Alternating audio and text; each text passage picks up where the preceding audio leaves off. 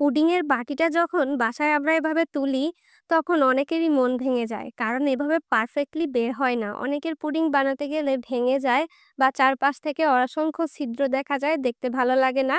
আর তাদের জন্য আজকের আমার এই নো ফেইল রেসিপি। আজকে আমার এই রেসিপি দেখে বাসায় যদি পুডিং তৈরি করেন, আমার মতো এরকম পারফেক্ট সিল্কি একটা পুডিং বাসায় তৈরি করতে পারবেন। আর এটা লুকটা দেখেই বুঝতে পারছেন কতটা পারফেক্ট হয়েছে। উপরের ফিনিশিং সাইড থেকে কত সুন্দরভাবে স্মুথলি এটা বের করতে পেরেছি।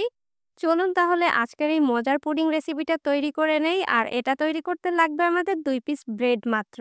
আজকে তৈরি করে দেখাচ্ছি ব্রেড পুডিং। আর প্রথমেই নিয়ে নিচ্ছি সামান্য পরিমাণ পানি আর 1/4 কাপ চিনি। এই চিনিটাকে আমরা গলিয়ে চিনির ক্যারামেল তৈরি করে নিব। চুলার আঁচটাকে মিডিয়ামে রেখে আমি এই চিনিটাকে গলতে দিচ্ছি আর এর মধ্যে কোনো নাড়াচাড়া করব না। যখন দেখব একটু সাইড থেকে কালার চলে এসেছে, তখন এভাবে একটা স্প্যাচুলা দিয়ে চারপাশ থেকে এক জায়গায় করে দিব, যেন কোনো জায়গায় পুড়ে না যায় বা কোনো জায়গায় কালার কম না থাকে। আর এই কাজটা একদম সহজ। শুধু চুলার আঁচটা মিডিয়ামে রেখে এভাবে করে নিলেই হবে। যখন দেখবেন এরকম কালার চলে এসেছে, তখন এটা বাটিতে ঢেলে নিবেন, যে বাটিটাতে আপনারা পুডিং সেট করতে চাচ্ছেন। গরম, গরম এই কাজটা করতে হবে। আমি চুলার উপরেই বাটিটা রেখে চারপাশ থেকে এই ক্যারামেলটাকে ছড়িয়ে দিচ্ছি। দেখতেই পাচ্ছেন চারপাশ থেকে সুন্দরভাবে দেয়া হয়ে গেছে। এখন আমি নিয়ে নিলাম অন্য একটা পাত্রে ব্রেড। আমার এখানে ছোট, ছোট সাইজের ব্রেড ছিল, তাই আমি এখানে ৩-৪ টুকরা ব্রেড নিয়ে নিলাম। বড় সাইজের ব্রেড হলে ২ টুকরা নিলেই হবে। সবগুলো ব্রেডকে এভাবে একটু ছোট করে কেটে নিচ্ছি। সাইড থেকে ফেলার কোনো প্রয়োজন নেই। সবগুলো এভাবেই আমি ব্লেন্ডারের জাগে দিয়ে দিচ্ছি। এবার এর মধ্যে দিয়ে দিচ্ছি ২ টা ডিম। আজকে আমি ২ ডিমের পুডিং তৈরি করব, এজন্য 1/2 কাপ পরিমাণ চিনি নিয়ে নিলাম। আর দিয়ে দিচ্ছি লিকুইড দুধ। আমি এখানে UHT দুধ ২০০ গ্রাম ব্যবহার করলাম। আপনারা কিন্তু চাইলে আগে থেকে ঘরে জাল করে রাখা যেকোনো লিকুইড দুধ দিতে পারেন। ভ্যানিলা এসেন্স দিয়ে দিলাম ১ চা চামচ। আর এটাকে খুব ভালোভাবে ব্লেন্ড করে নিচ্ছি, যেন পাউরুটির কোনো লাম্পস না থাকে। পাউরুটিটা দেওয়ার কারণে কিন্তু এর মধ্যে আমাদের ডিমের পরিমাণ কম দিয়েছি, না হলে কিন্তু আমরা ৪ টা ডিম এখানে ব্যবহার করতাম। আর এটাকে একটু ছাঁকনি দিয়ে ছেঁকে যে পাত্রের মধ্যে আমরা ক্যারামেলটা সেট করে রেখেছিলাম, সেই পাত্রে ঢেলে দিলাম। ছাঁকনি দিয়ে ছেঁকে দিলে এর মধ্যে কোনো রকম লাম্পস থাকার সম্ভাবনা থাকবে না।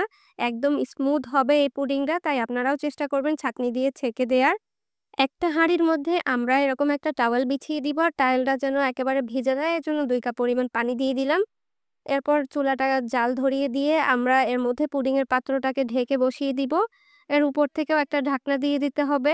চাইলে কিন্তু পুডিংয়ের পাত্রের উপরে কোনো একটা কিছু দিয়ে চাপ দিয়ে দিতে পারেন, যেন এটা যখন বলক আসবে পানিতে, যেন টগবগ করে ফুটতে যেয়ে পাত্রটা নড়ে চড়ে না যায়, সেদিকে খেয়াল রাখতে হবে। আমি মোট ৪০ মিনিট এভাবে স্টিম করেছি। ৪০ মিনিট পরে পাত্রটা একটু ঠান্ডা হওয়ার পর চেক করে নিচ্ছি।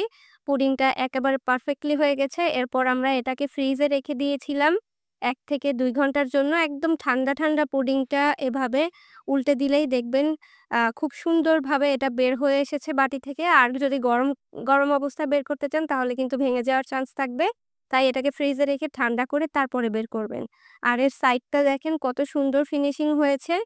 আজকে আমি আপনাদেরকে একেবারে রেস্টুরেন্টের স্টাইলে এই পুডিংটা তৈরি করে দেখিয়েছি, একেবারে প্রফেশনাল ভাবে। নিশ্চয়ই আপনাদের এই ভিডিওটি ভালো লেগেছে। বাসায় যখন আপনারা এভাবে পুডিং তৈরি করবেন, তখন বুঝতে পারবেন এটা কতটা পারফেক্ট ছিল। আপনারা চাইলে কিন্তু সেম রেসিপিতে শুধুমাত্র ক্যারামেল পুডিং বা মুড়ি, চিড়া দিয়েও পুডিংটা তৈরি করতে পারেন। আমার চ্যানেলে কিন্তু চিড়ার পুডিং, মুড়ির পুডিং এবং সেমাইয়ের পুডিং এর রেসিপি অলরেডি দেয়া আছে।